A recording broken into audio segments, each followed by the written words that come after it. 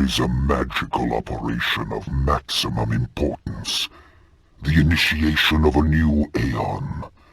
When it becomes necessary to utter a word, the whole planet must be bathed in blood. Ah, yes. Welcome to Deadhaus Whispers.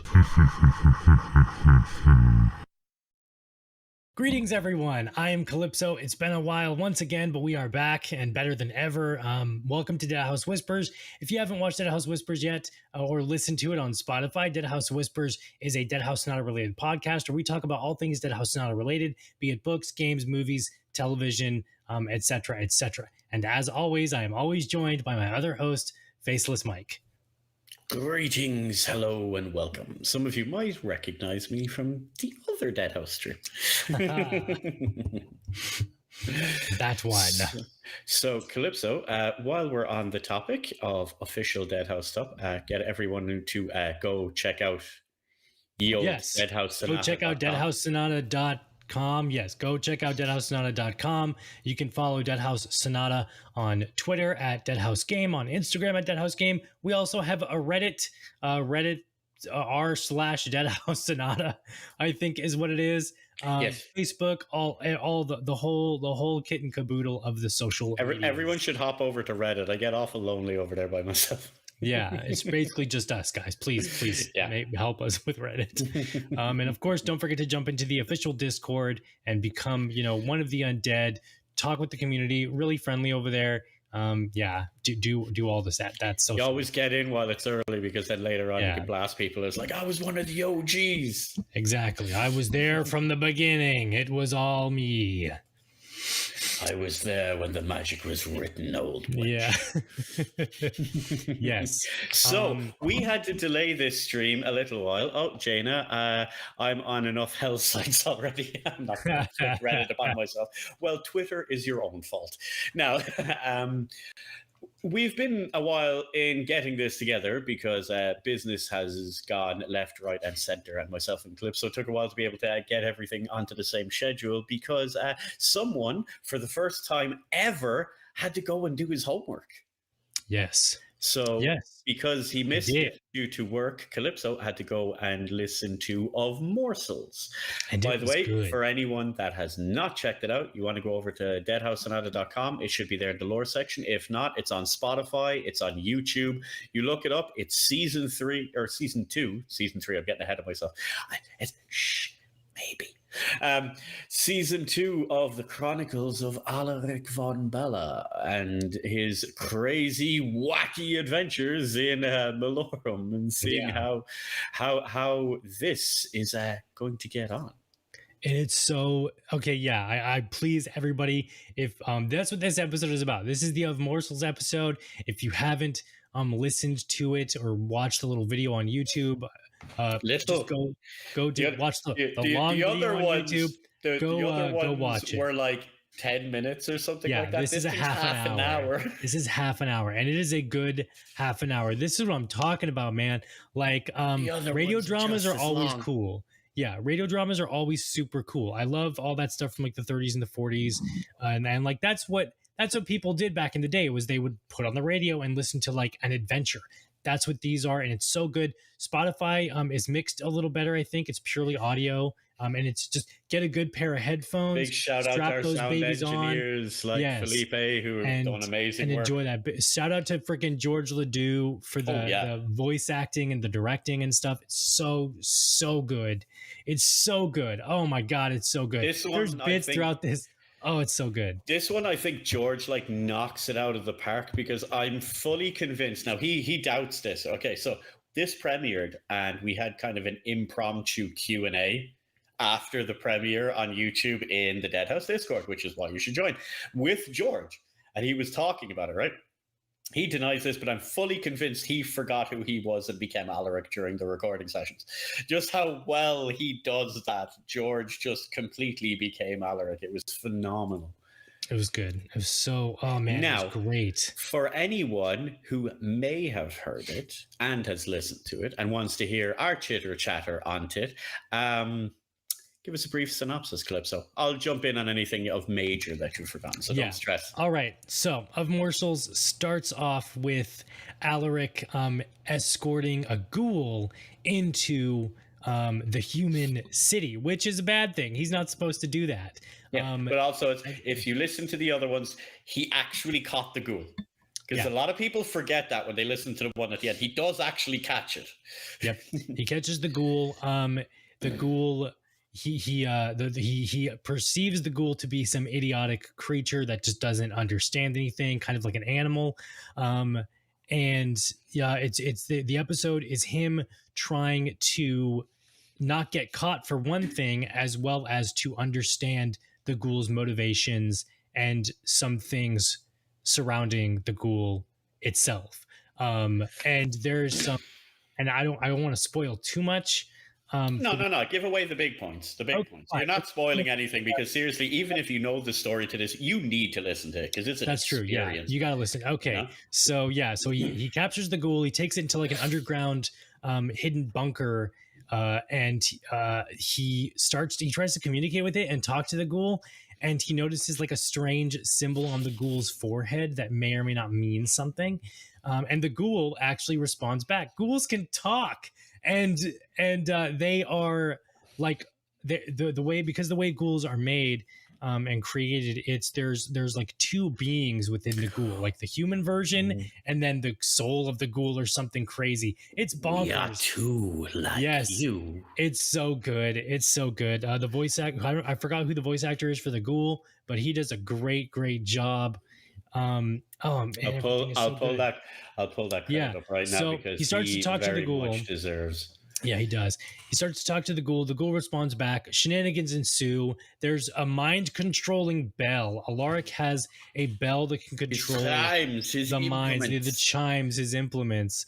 And he, it gets dark. It gets dark. There's a bit towards the end where he goes underground to these underground caverns. The ghoul is voiced by Matthew Curtis. So shout out to Matthew. All right, shout out to Matthew Curtis for doing a great job. Fantastic job of Matthew Curtis with the ghoul. So there's a bit in the ending where Alaric and the ghoul travel under to these underground catacombs because the ghoul escapes. And the way that is done audio-wise with the echoes and the reverbs, and you really feel like you're there, man. You really feel like you're in those underground caverns, and the way it works out. It's so creepy. I haven't felt that tense while listening to something in a long time. It is so I love the description where he was sneaking up on the ghoul. Yeah. And then he jumped around the corner to go, gotcha. And there was nothing there. Yeah. And then he just felt the breathing on his neck. Which goes to show ghouls breathe. Yeah. And they're it's like they're undead, but they still have like bodily functions. Yeah. Well, they're hungry. I think the stuff that really got me was when the skin peeling. There's there's a bit where the ghoul, it's either the ghoul or Alaric, I can't remember 100%, but like the ghoul peels the skin like strips of bacon off of a victim. Is it weird when Alaric so gross? When Alaric was describing his breakfast that morning, I got hungry. Yeah. Bacon. Like, oh man, no, it's a great audio production. And it brings up a lot of questions about the ghouls and what are their motivations. And like the ghoul is, there's a bit where like the ghoul has a symbol on his forehead, and Alaric wants to find out what the symbol means or what it is and why the ghoul put that there, and did the ghoul put that there, and for what purpose. And I speculate that I think ghouls are part of a giant like hive mind, but it could be that they're just individuals who are smarter than they appear. They aren't just animalistic beings. You missed one of his lines then. I think I did. Why did you do that? He says, not all reasons have meaning. Yeah. So, or not all purposes are meant to be understood. Yeah. So it may or may not mean something. Guessing the symbol is the key to invite in the spirit. Oh, that would be a good idea. That's really interesting, Ten. And like I did not think of that, but that could be something. That would make sense, because that was how you would maybe like the person who does like, because from what we know, to become a ghoul, there is starvation involved. There is cannibalism involved. There is obviously some form of ritual. There is this other spirit. So maybe, yeah, that is the symbol of the beginning of the transformation. That is how you communicate that you are inviting this spirit. That's really interesting. Yeah. I like that. I like that too. That's a pretty good theory. And the other one that you missed, Calypso, is my favorite bit. There was much discussion about this afterwards. One of the first things the ghoul says to Alaric when they're talking about what are you, says, "We are two, like you." Ooh. What does that mean? I missed that. I think it's the ghoul. The ghoul thinks that there's two, that a human is, or people or beings are made up of two entities. You have a soul, and then you have, your physical form. So 1 and 2. Now so let me connect some dots here. Then in the sewer, you said about, I could eat you, but it's against the rules. Yeah. So that means the undead are watching Alaric, and they have plans for Alaric. And the ghoul, maybe the ghoul, Alaric didn't catch the ghoul. The ghoul willingly got caught, quote unquote, by Alaric. Now, you're saying, yes, maybe Deadhaus is spying on Alaric. Maybe they're doing they have plans for him. Do you remember of liches? Yes, I think that the lich is watching Alaric through his eyes, because in the of liches episode, everyone, if you go back and listen to it, he encounters a lich in the woods, and it's really creepy. It's probably the other creepiest episode of the entire thing besides this one. I love it. It's probably one of my favorites, if not my favorite. I love of ghouls though. It's or this of morsels. It's so good. And the ending of that episode involves Alaric literally comes face to face with a lich, and then weird mind stuff happens. And then every time Alaric dreams or closes his eyes, he has a second sight where it's possibly through the eyes of the lich. So there could be that back and forth where they're seeing through each other's eyes, and maybe that's what the ghoul meant. And that brings me back to my theory of the undead are watching Alaric. Would that be why he can't sleep, or he has trouble sleeping? Because the lich wouldn't let him. Maybe there's something there like that, because he's connected and the dead don't sleep. So yeah, that's I don't think it's once. Here's Tem's comment here. We pull this up. I don't think it's one specific spirit that combines all ghouls. I think it's one unique spirit per person that becomes a ghoul, and killing any one of them, either the ghoul's physical body or the spirit inside the ghoul, would result in their death.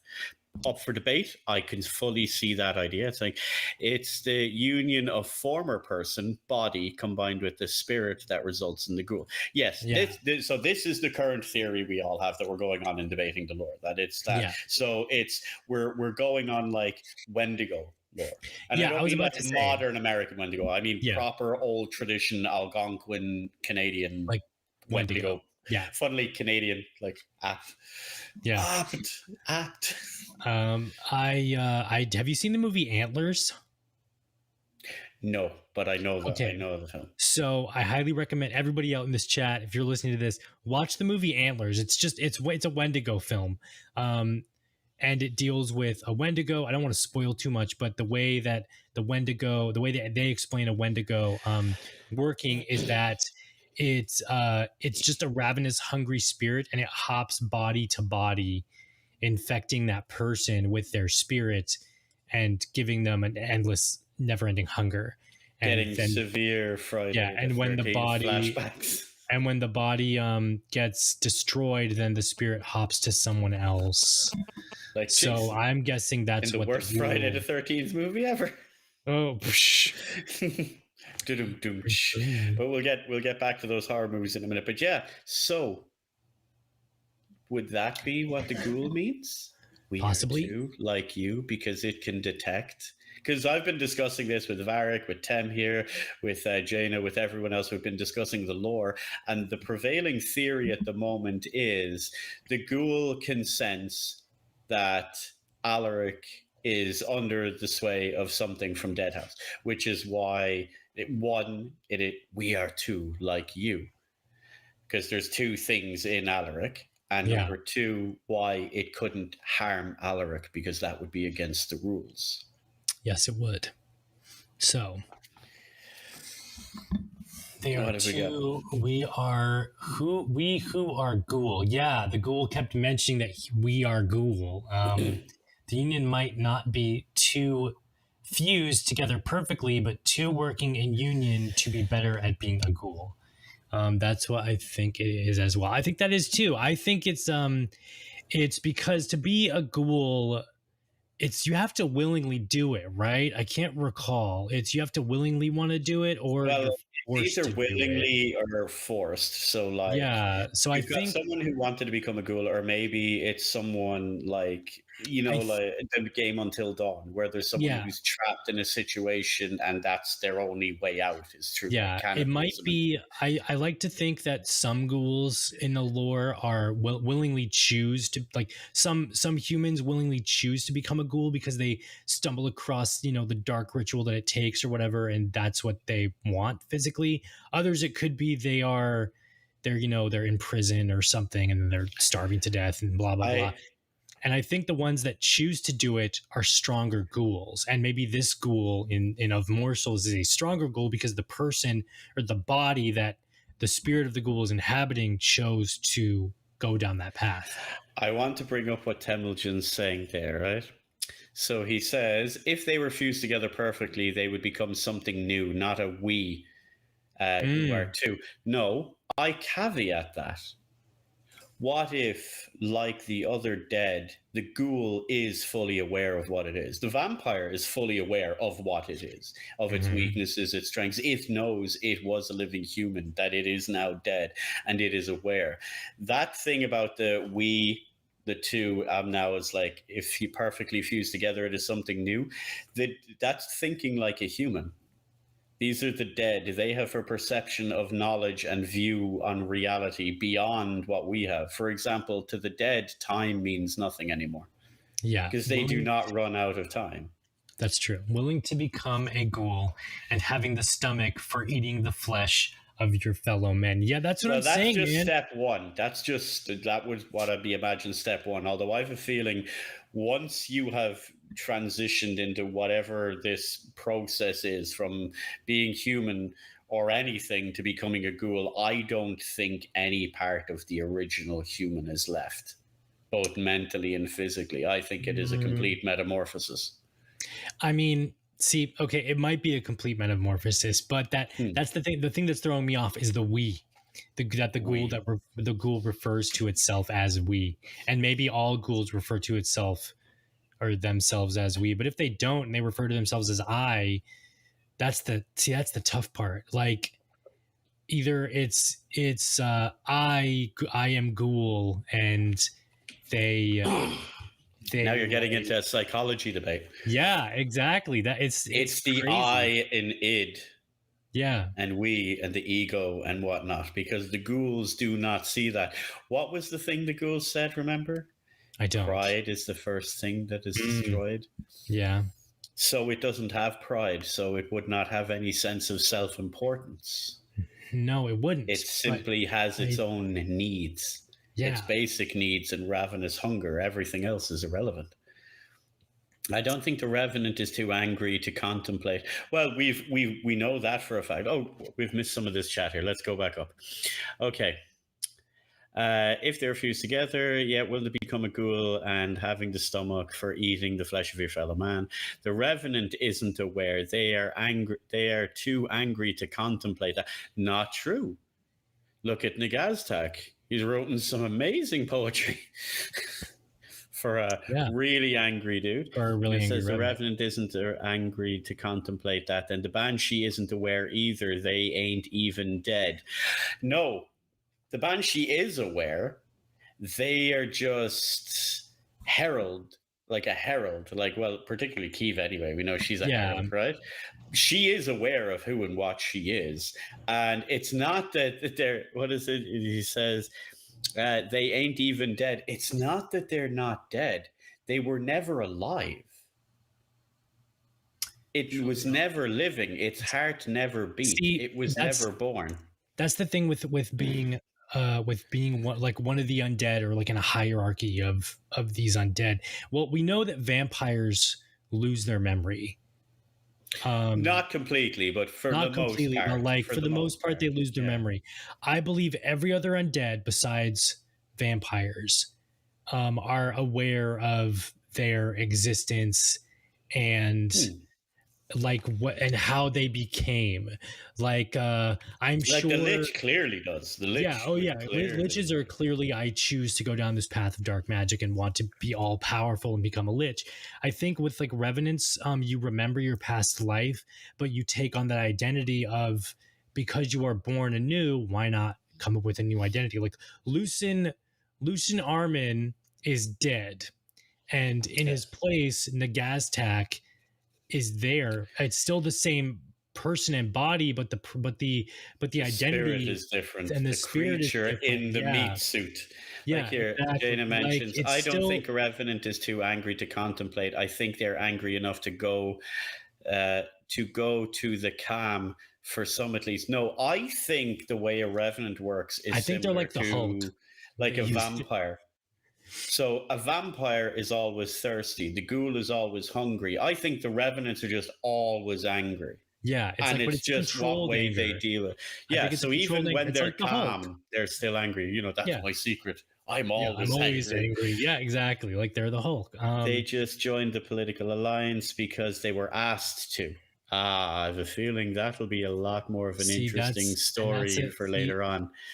What is no longer needed is discarded. The ego is the first to go. It is truly irrelevant in the grand scheme of things. Yep. The Banshee took a trip from a different dimension without death. Yes, they pierced the veil.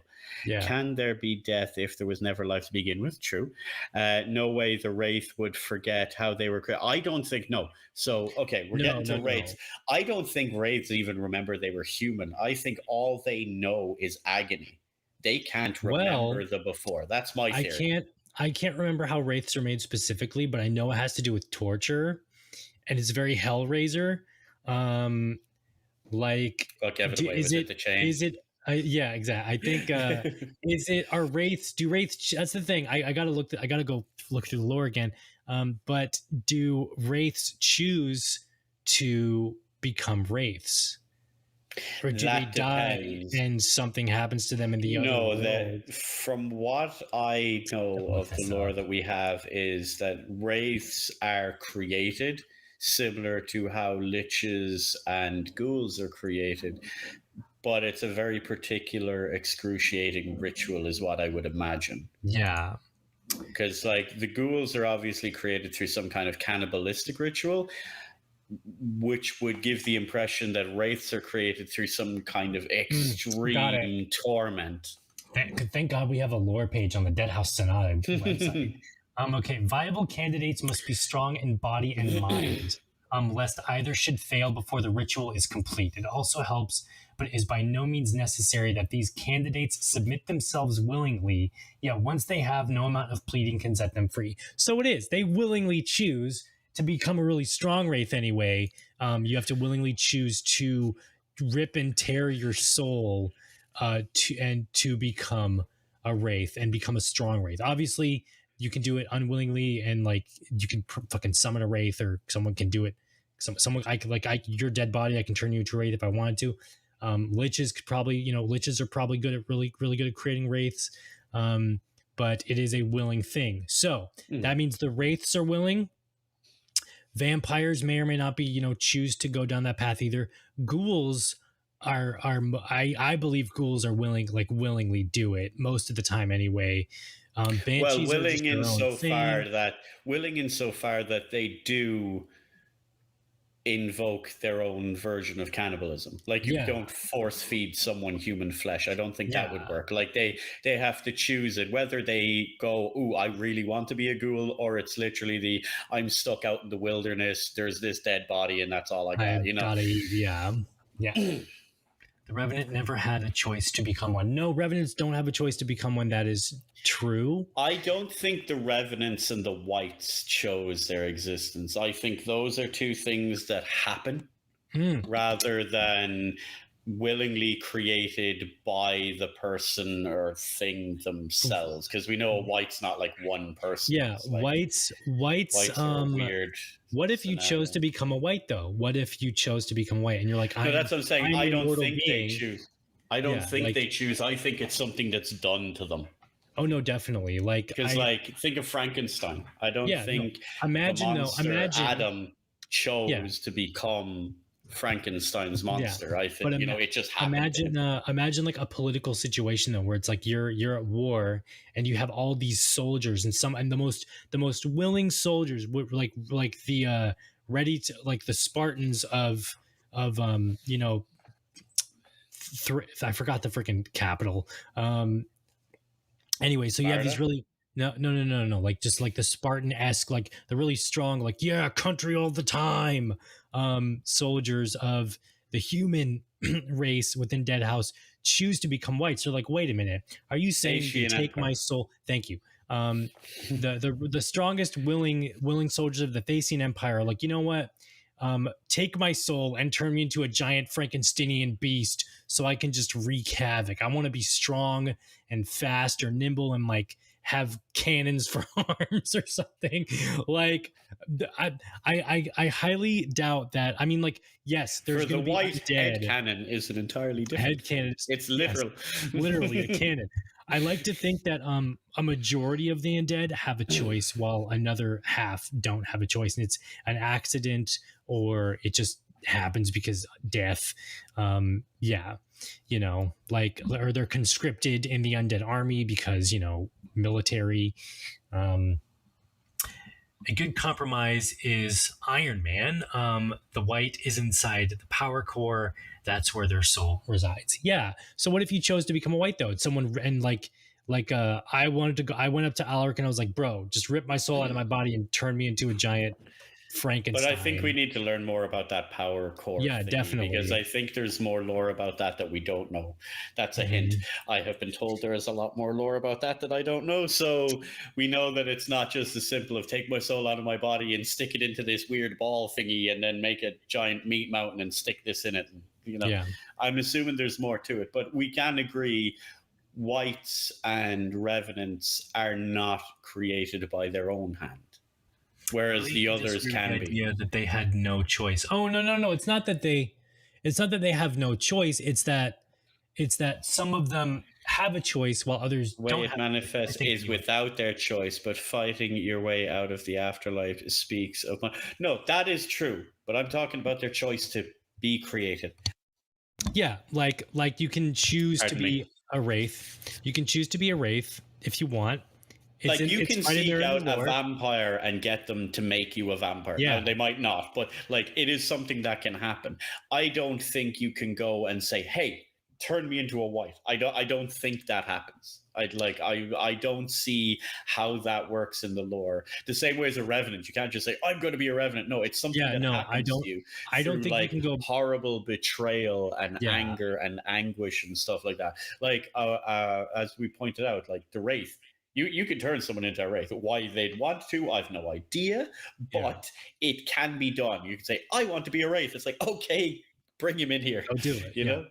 What if that's the other thing though. See, and this brings up, the prospect of forcing what you want, what you turn into when you die. What if hypothetically you're once again a super gung-ho soldier for your country and you're super mad and then you die and you become a revenant because you're but you don't, but it's not through vengeance or anything. It's just because you're so mad at the opposing team. No, I think the opposition that you become a revenant. No, I don't think that's how it works. From what I know of the lore, there has to be some deep rooted anger and betrayal. Because I remember Dennis mentioning before, it has to be, and it's not just a case of, I was killed by my best friend. There has to be something like your existence has to have been betrayed. Your God turning on you, something really, really deeply betrayed. It's not that. It's like manager. However long. What's this?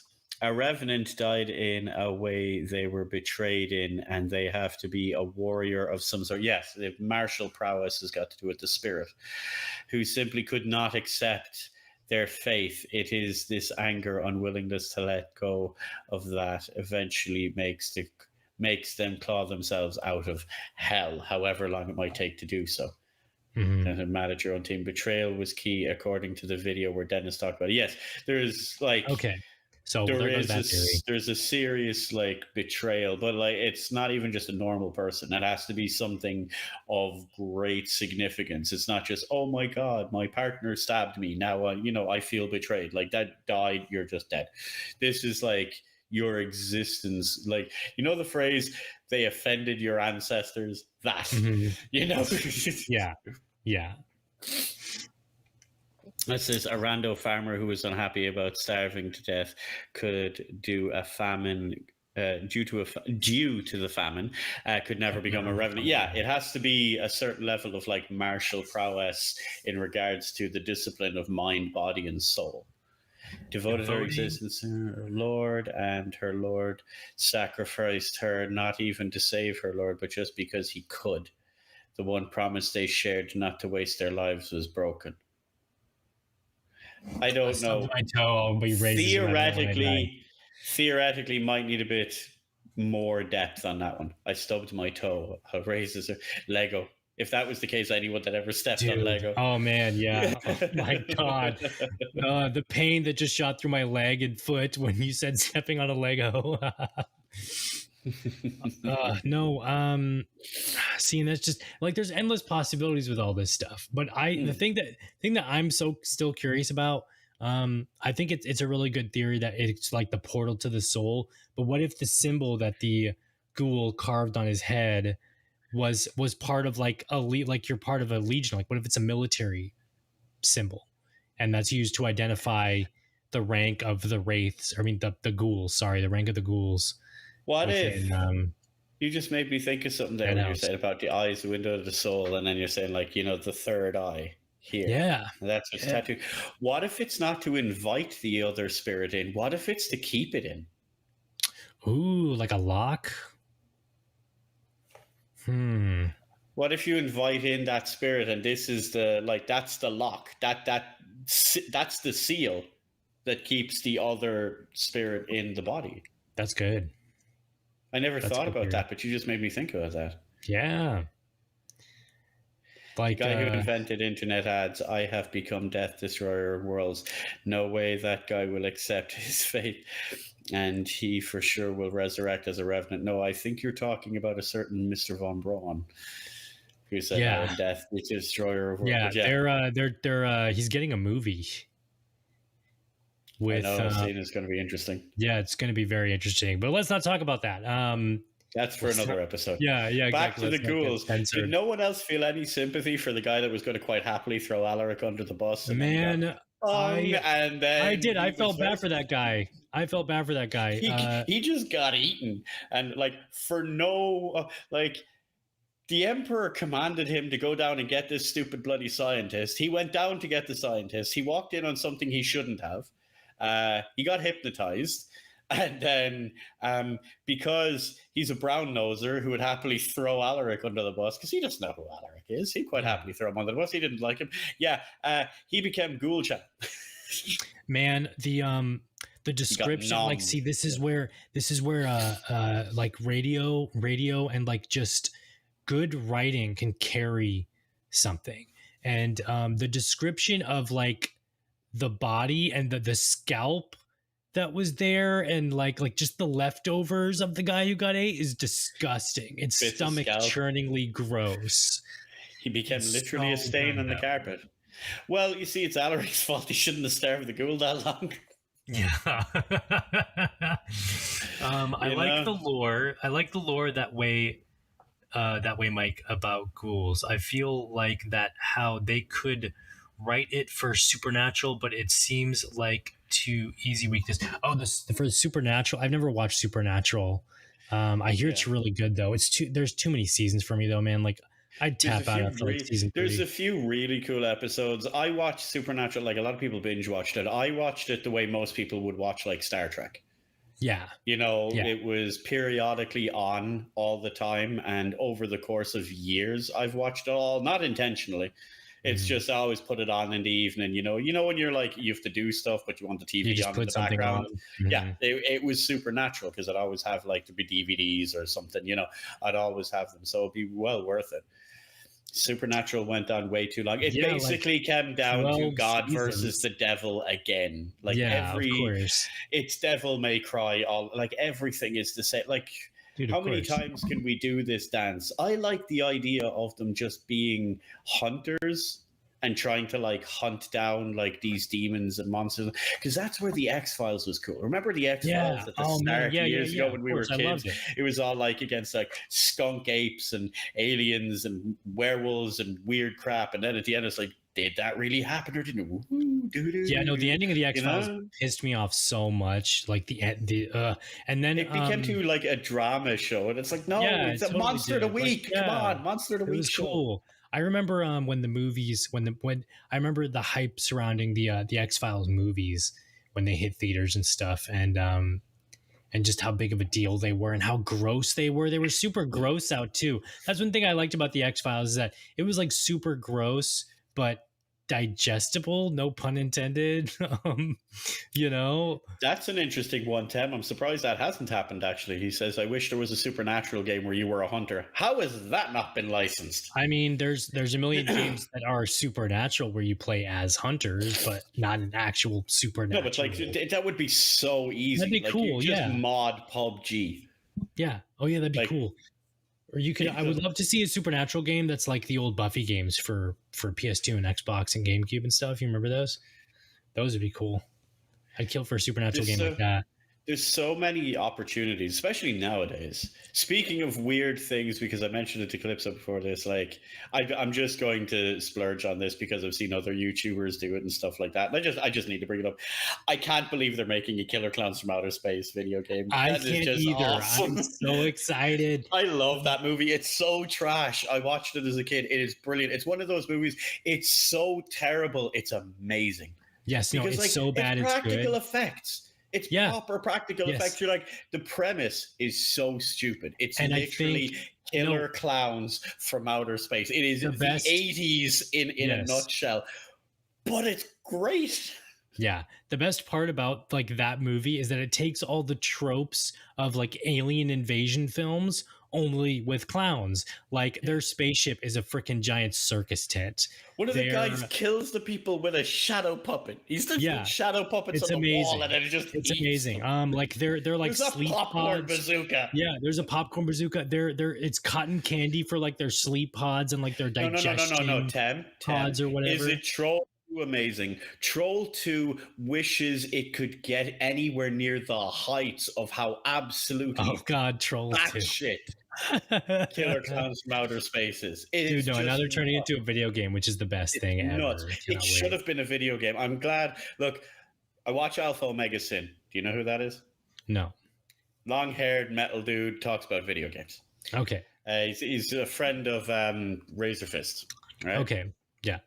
He just went on a complete spurg about it last night, and I'm right there with him. I'm a child of that decade. We're probably about the same age.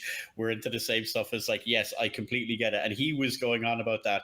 I'm glad that this is happening now in a day and age where they can make the video game where the characters look exactly like the clowns. It's not some like Atari 2600, like pixels on a screen crap. It's literally the movie as a video game. No, we've reached the same level of effects. Yeah, I watched the comparison. Yeah, I watched a comparison of like the game trailer versus like the movie, and it's 1-to-1. It is 1-to-1, and it is amazing.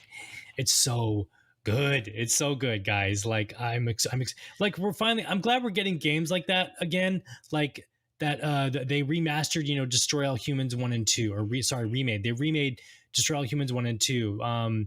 They're doing Killer Clowns now. Like they're doing like over the top cheeseball kind of stuff again, which is fun. Like games need to become fun again. Now games aren't fun that much anymore. I had so much hope whenever Friday the 13th. I'm like, this is really cool. But then they There's got a into like kind of Ghostbusters weird, one coming out too. They got into weird areas, and then it's like there's an Evil Dead game. They're making a Texas Chainsaw Massacre game. Yep. They're making a Killer Clowns from Outer Space. This is my 80s childhood dream come through. Do you know what needs to happen? I don't know how. License would be a nightmare. I don't know how it becomes a video game. I don't even know the premise of it, but it needs to happen. Labyrinth. Yeah, they remade Stubbs the Zombie. Oh yeah, Labyrinth, dude. I would love for a Telltale-esque almost puzzle sort of game. Labyrinth would be game. Wild. You need Labyrinth, and then like as Tem said before, Troll. Yeah, dude. Troll. It's so like the gold mine of the 80s. And why is there no Critters horror shooter?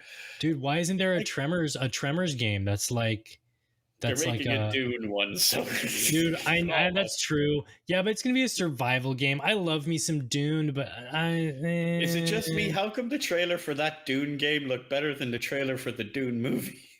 I don't know, because we're at that point. And then they said survival MMO, and everyone. Yeah, no, it just went. Yeah, but like, why is there not a Critters horde shooter? Dude, I don't know. That'd be amazing. What? How is Gremlins not made into a video game? Yeah, I know there was Tremors like Battle Royale. Days. Yes, we have straight. Tremors Battle Royale, man, like a Tremors Battle Royale, and you have to. Yeah. Now that's how you make levels. A Gremlins game where it's literally just Stray. It's just the cat game Stray, but you play as Gizmo. Yes. And it's cute and fuzzy. But it has to be Gremlins 2 in the giant tower with all the crazy monsters. Yes, of course. You descend, you go up each level, and the boss at the end of each literal level of the building is... I played the ever-loving crap out of that on the SNES, by the way, because I love that game. Just because I love the franchise. But there's so many movies from the 80s, like proper decent horror. Yeah. They're turning the guys who made Friday the 13th, and this recent Evil Dead game are working on a Ghostbusters one. It's gonna be. It looks awesome. I'm so excited. What's really funny is when I see the preview on that, it actually it looks tangible. Like it looks like they've this thought out. This will play well. Like they've the asymmetrical mechanics of how it works. This looks right. It's not like, oh well, I wonder how that. No, they've this all worked out pretty good. And you need to avoid water. Fail.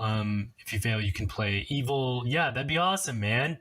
That'd be freaking awesome. A horror murder game. Yeah, where if Gizmo touches water, then you turn into like Zigmo or whatever his alternate evil gremlin self is, and it becomes like you can turn into an isometric game where one of you plays as Gizmo, the other play as like survivors, and you have to protect the Gizmo character from getting water splashed on him and the other gremlins, and then it switches. That'd be so cool.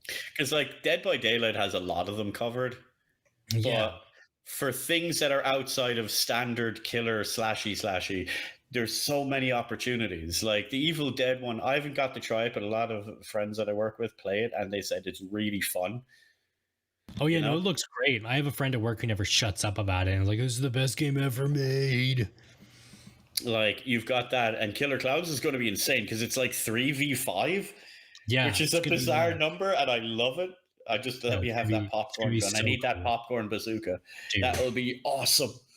It's gonna be fun. That's something we definitely got to jump online. It was completely out of left field as well. It was fantastic. I don't think anyone was expecting a Killer Clowns from outer space. A couple of years ago, I work at a theme park for my day job. A couple of years ago, because we do a Halloween event every year. Yeah. And Killer Clowns was a highlight from like 2 years ago. They had the house, and it was literally just a perfect recreation of like everything amazing about that movie. That's what I thought Megasin said in his video. He really wanted to go to the theme park because they have that on, and apparently it's really weird because apparently the DVDs are getting a re-release. Yes. This game's coming out. It's at the theme park. They're like, has someone been like pulling strings behind the scenes to make It's either getting a weird sequel, if I recall, or it's getting a remake, and it's being done by someone big. Yeah, he was saying that there's been rumors for years where they tried to make a sequel, then they tried to make a TV show, then they tried to do a remake. He says, and there's been rumors in the background, but nothing like definite has come out of anywhere. But based on all of this, yeah, it's probably there's probably something happening. Something's happening. They do definitely. all these terrible remakes. There's so many things that would be amazing to remake that we want to see. Yeah. Give me more critters. Give me more ghoulies. Give me more munchies if you want to get esoteric. Like, yeah, like you can turn any of these cheeseball 80s, slasher flicks into like modern day serious, scary, but still funny in a sort of way, like films now, especially with like all the original, like all the visionaries. Like you have like just give John Carpenter all the friggin' money and have him just remake all those movies, like give me Puppet Master. Yeah, exactly. Even Hellraiser's even coming back. Did you see the really short teaser for the series that's coming out soon? It's finally actually happening. Like Hellraiser is coming back, and it's going to be crazy. And they got advice from the man himself. Oh yeah, no, he's directly working on it. He is directly tied to this. That's how you know it's going to be very, very interesting. Yeah. Like this is what I don't understand. You see, Hollywood, and keep in mind, for anyone that knows me a long time, like horror is my biggest passion. We used to run a horror site. We've done horror conventions and all of this stuff. Horror is my thing. Hollywood and like cinema shuns horror like the weird adopted stepchild, right?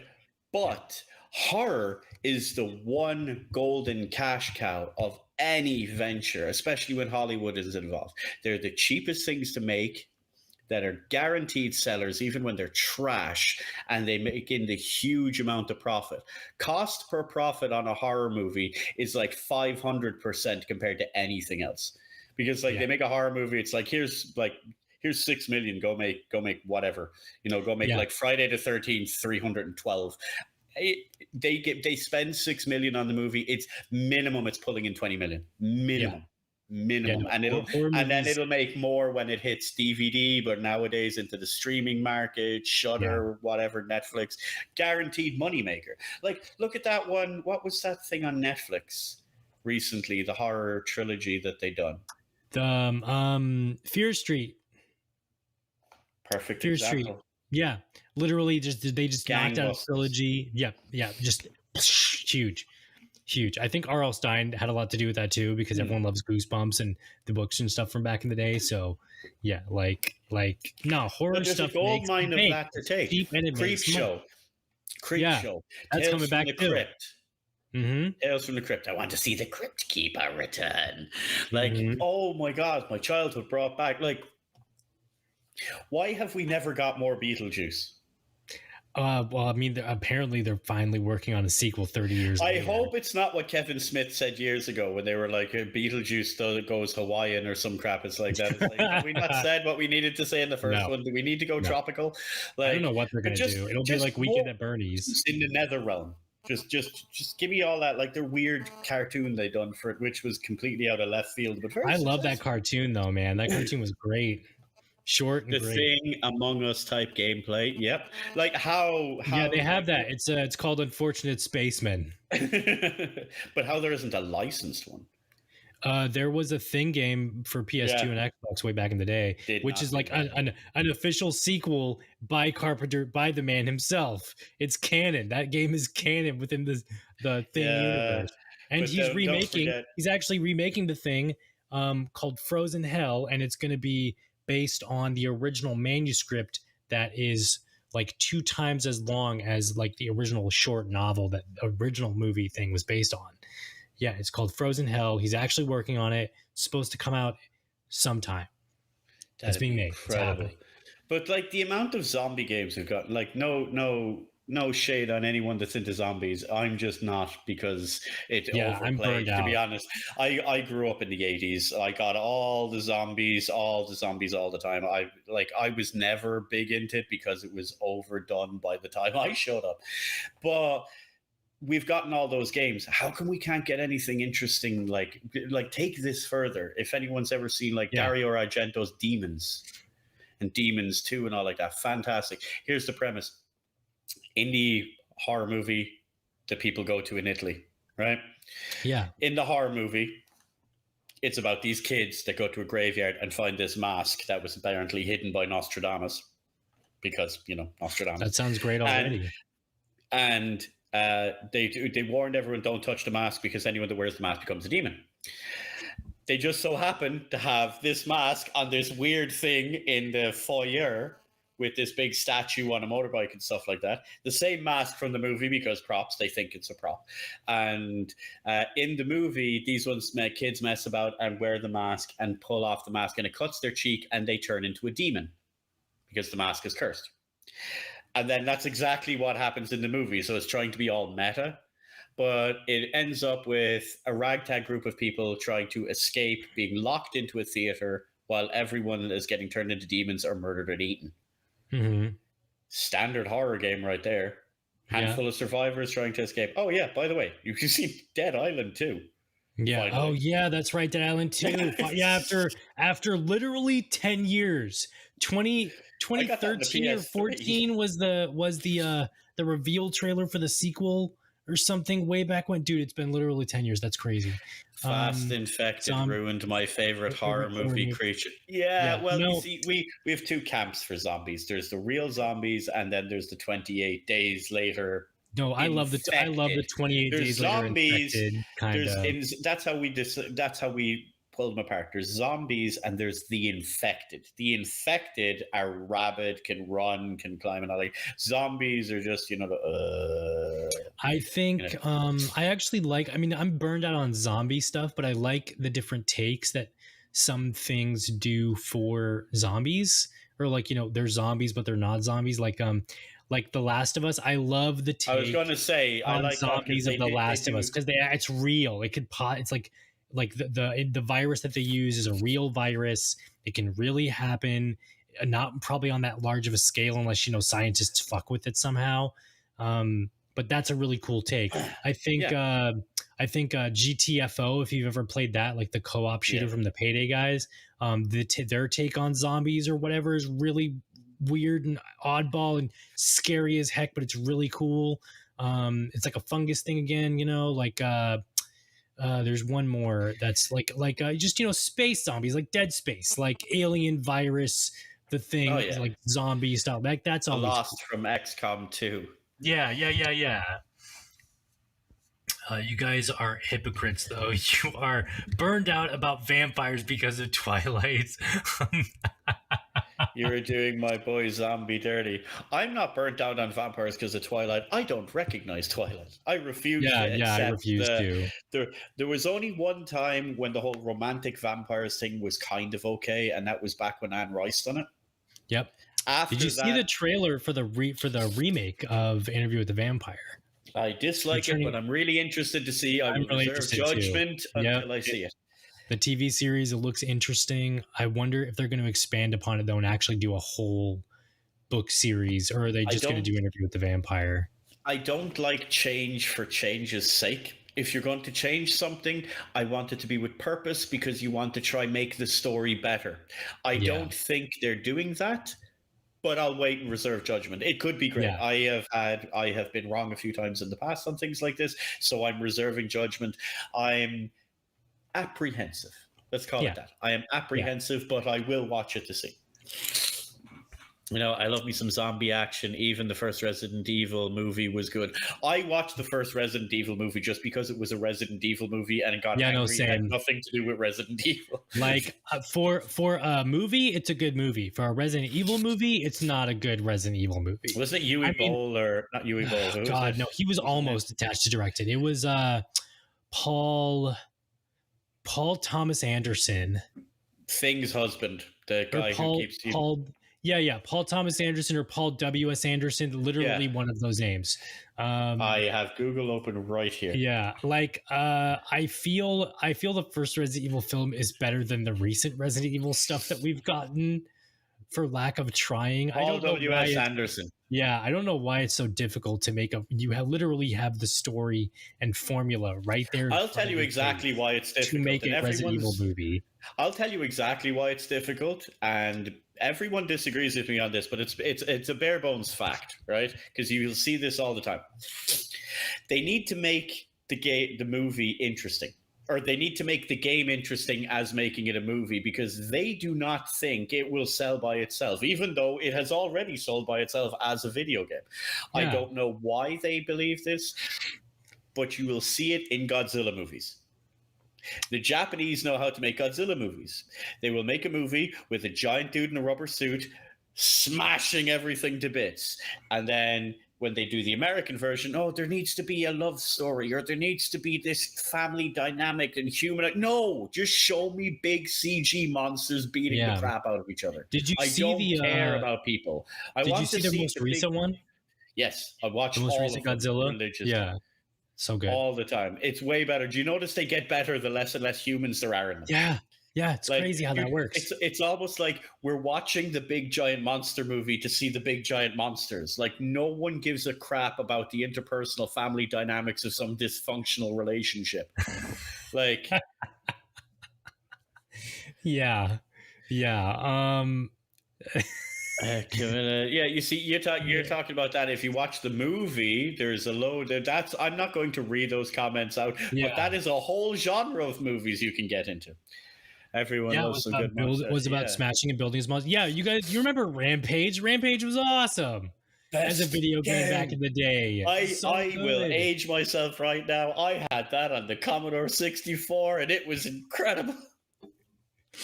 No, we need not to actually, yeah, you know what? It's not a monster game per se. It's a golfing game, but 100-foot robot golf is really fun. And you play you play as these guys in giant mechs together, monsters and golf. It's amazing. Yeah, it's amazing. No, I think monster stuff can be handled well if you know what you're doing, whether it's movies or games. Like for games, all you have to do is make it fun and smashy, and that's it. All the Godzilla games for PS2 and even Super Nintendo were fun because all you did was smashy stuff. That's it. It's not that difficult. I don't have it within reach here, but I have that Godzilla game on the PS4, and it is absolutely terrible. But I love it just because it's the only Godzilla game that's I forgot that actually came out. I forgot that came out. But it's like, why can't I have a video game where I just smash crap as a Godzilla? I don't know. Or make it an first-person Godzilla game. Yeah. First-person Godzilla game where you go around smashing cities and you have to. It's online. You have to fight people. Just an arena fighter. An arena. There's already people making the off-brand ones. What was that called? Mecha Brawl or something like that, with all these giant monsters and stuff like that. Toho, get on it. That's true. Yes, that is a nonsense statement. Anything can be done well by people that know what they're doing. Yes, but the problem is nowadays in the industry, nobody knows what they're doing. Or it's all led by, young 20-something-year-olds. No offense to, the 20-something-year-olds out there who have never watched a movie, or they don't know what good movies are. Their movies are, Disney Channel nowadays or something. And they think that that's a good movie or whatever. But I don't want to sound like a snob, but you need the people who are cinephiles or, really snobby game critics or whatever that nitpick and critique every little bit, and they combine 10 different games to make one good thing to make something good, or take one good thing, polish it really, really well, and that's all you really need. As Hamilton says, there are more likely they're getting forced to do what is best for the shareholders. Yes. Oh yeah, no, definitely. It's always about the shareholders. Yeah, exactly. The funny part is you don't see a whole lot of new. That's why I like seeing a lot of indie horror. I always like that because they're indie creators, so they're willing to take a risk. But take a step back with me here. The 70s and 80s were the greatest time for horror. Now, there was the classic renaissance of the silver screen, which brought in its own merits. But the 80s and all, you started getting hammer horror more. I know they started in the 70s, but this is when it all it became really kicked off mainstream, right? 80s was the horror decade, right? Yeah. We had all of these things.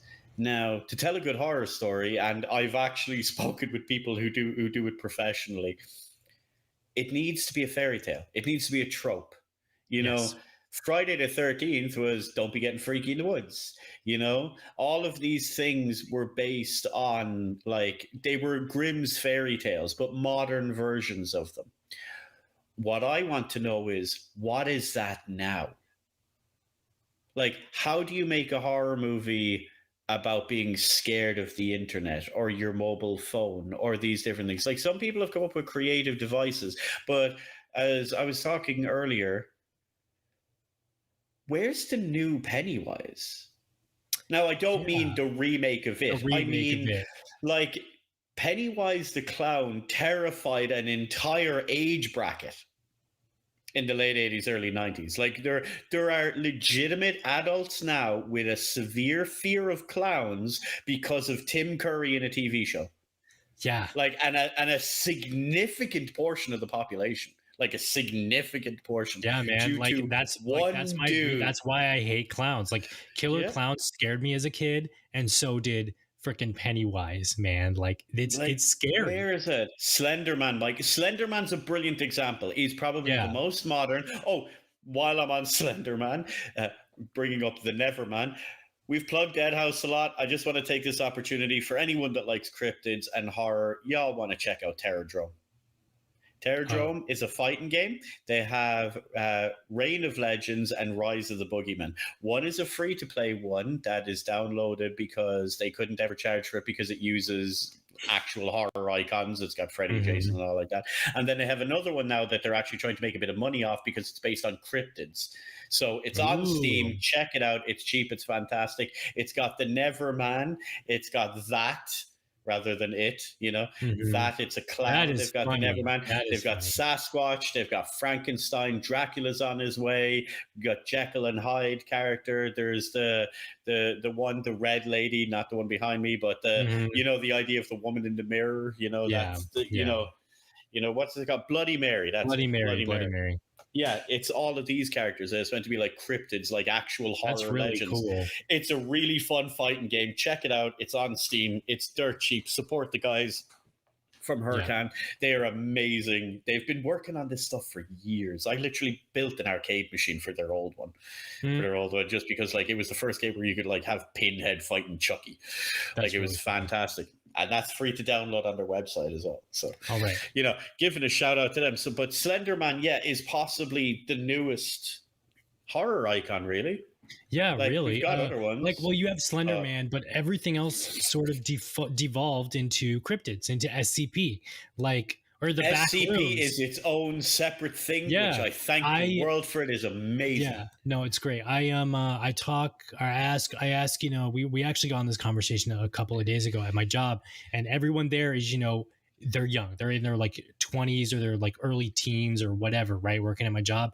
The only horror they know is SCP, Slenderman, and like the stuff that's really, really recent, like Pennywise, you know, Scream, all that stuff, Freddy versus Jason. Like, what is that? Well, they don't even know what that is, or at least they're aware of it, but they've never seen the films or looked it up or anything like that. Like, we need something new. We need like a new iconic sort of slasher thing, that, because like horror movies nowadays aren't even slasher films. It's more like psychological, hereditary sort of scary. That still gets it, doesn't it? Hereditary will still, dude. I'm traumatized by Hereditary. I am traumatized by Hereditary. I will never. That was a great film. My closet is open right now, and I'm freaking out, like, because it's dark. Here's the other one. Did you watch Midsommar? Yeah, Midsommar was dumb. I didn't like Midsommar at all. Really? No, I didn't like it. I thought I thought bits of it were really good. I thought the intro was super dark and depressing. You have unintentionally fallen into the trope. I was an idiot. I thought the ending was stupid.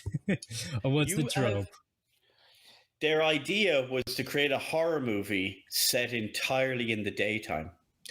Yeah. That's why there's no darkness in the film. That's the point. They're trying to show that things can be scary and horrific even in the light of day.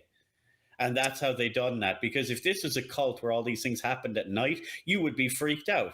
But it all happens in the daytime. And that's the point. It's meant to be the counterbalance.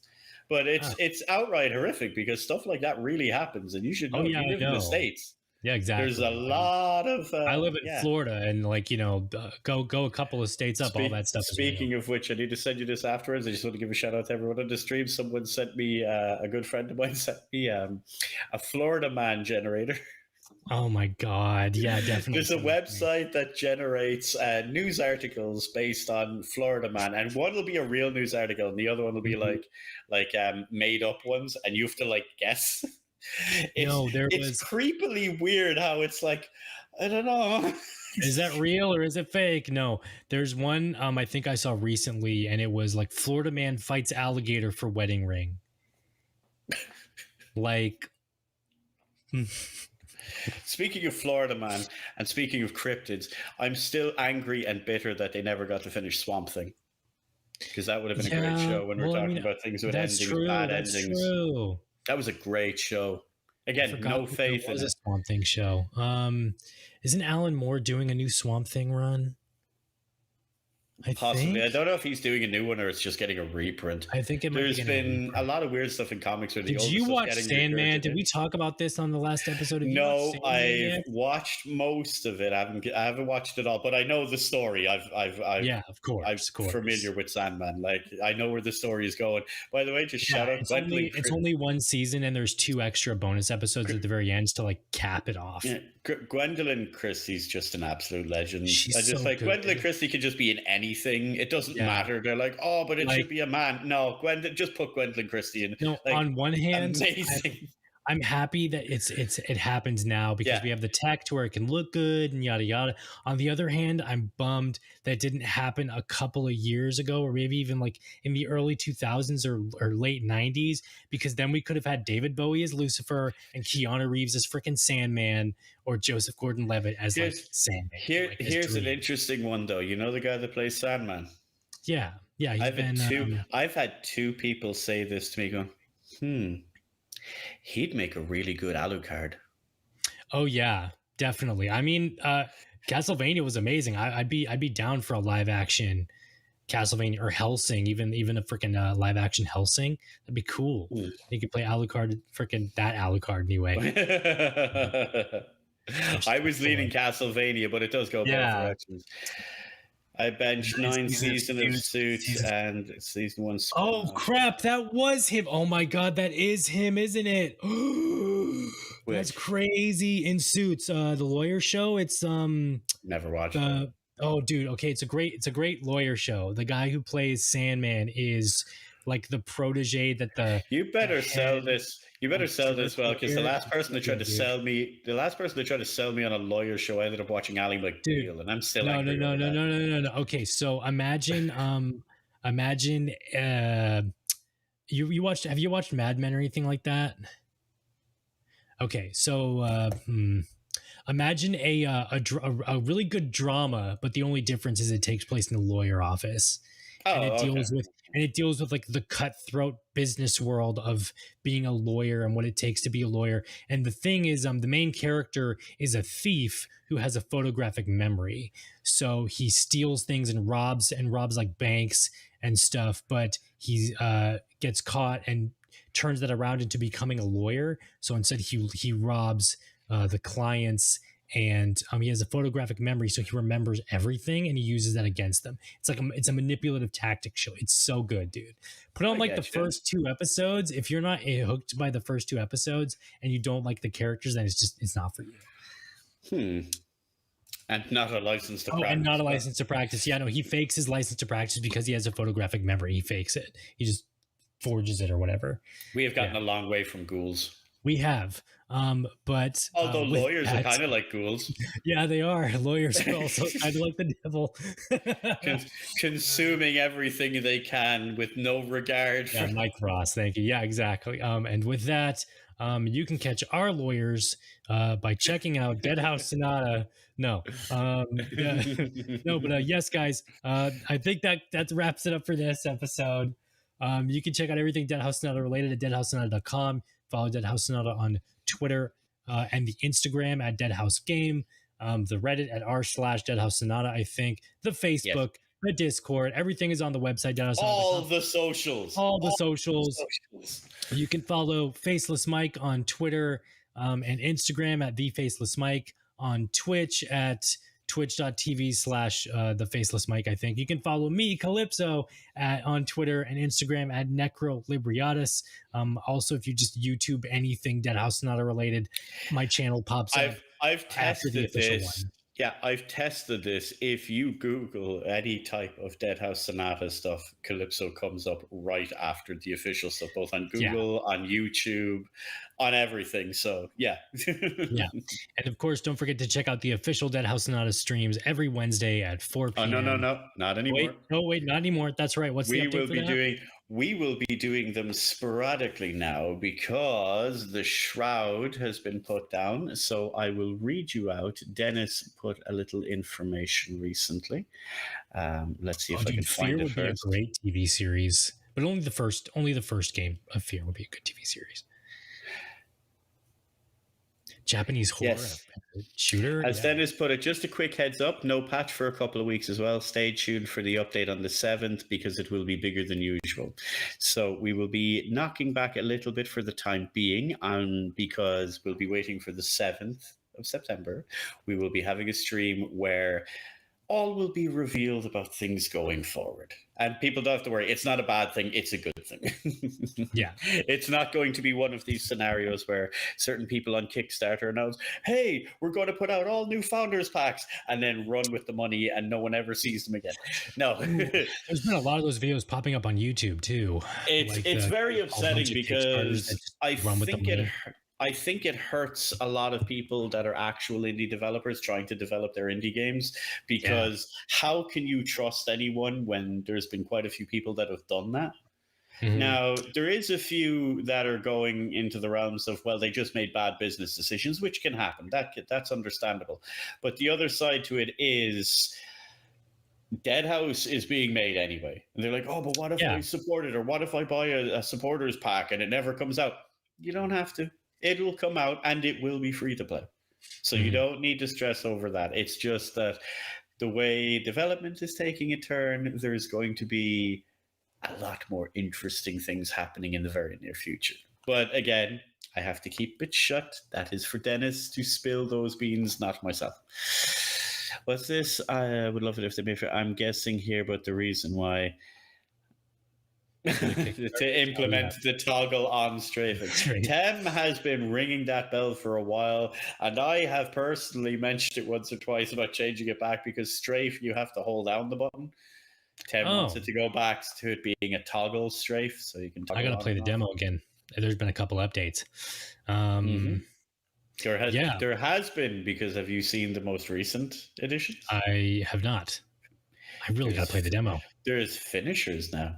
Ooh, okay. Now I'm definitely gonna jump back in the demo. I wish I could stream it for you guys. My computer's not strong enough. Can we kidnap? Borrow Jack for 6+ hour lore stream. You would not like that. You think you would, but you wouldn't, because Jack would tell you lore, and then he will say, "You think I drive you around in circles?" Mr. Lindsay will do it even worse.